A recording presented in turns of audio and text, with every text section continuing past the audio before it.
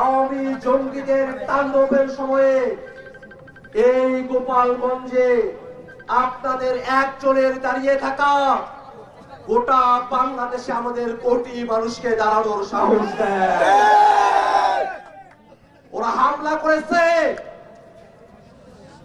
ওরা ককটেল বিস্ফোরণ করেছে, ওরা রাস্তা আটকিয়েছে, কিন্তু গোপালগঞ্জের সাহসী জনতাকে নতুন বাংলাদেশের পদযাত্রায় থামিয়ে রাখতে পারে না। ওই হিংস্র সন্ত্রাসীদের বলতে চাই,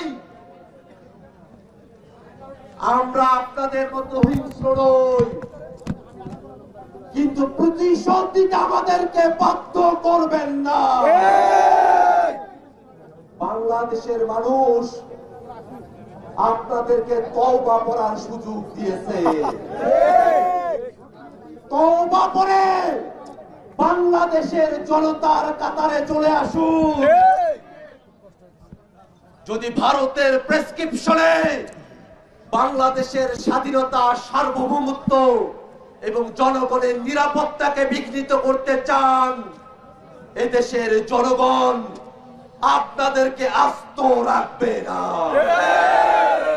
ভাইরা আমার, ওই আওয়ামী লীগ বাংলাদেশের নিরাপত্তার জন্য হুমকি, মুজিববাদ বাংলাদেশের সার্বভৌমত্বের জন্য হুমকি, আর মুজিববাদী সংবিধান আমাদের নতুন বাংলাদেশ বিনির্মাণের পথে প্রধানতম অন্তরায়।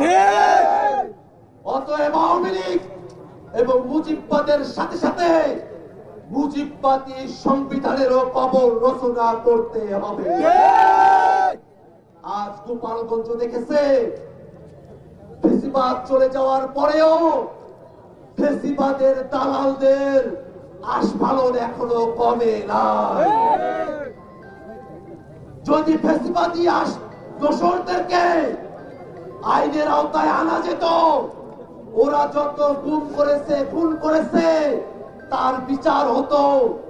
দল হিসাবে আওয়ামী লীগকে আমরা কাঠগড়ায় দাঁড় করাতে পারতাম যদি আওয়ামী লীগের অবৈধ অর্থনৈতিক চেইনকে সরকার কন্ট্রোলে নিয়ে আসতে পারত, তাহলে এই আওয়ামী লীগের আস্ফালন আমাদেরকে দেখতে হতো না।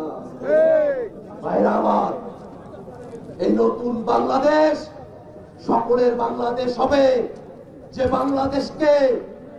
বাংলাদেশ থেকে আওয়ামী লীগ গোপালগঞ্জকে বিচ্ছিন্ন করার চেষ্টা করেছে, সে আওয়ামী লীগ এর এই ষড়যন্ত্রকে নস্যাৎ করে এই গোপালগঞ্জের মানুষদেরকে সাথে নিয়েই আমরা নতুন বন্দোবস্তের রাজনীতি প্রতিষ্ঠা করবো ইনশাআল্লাহ।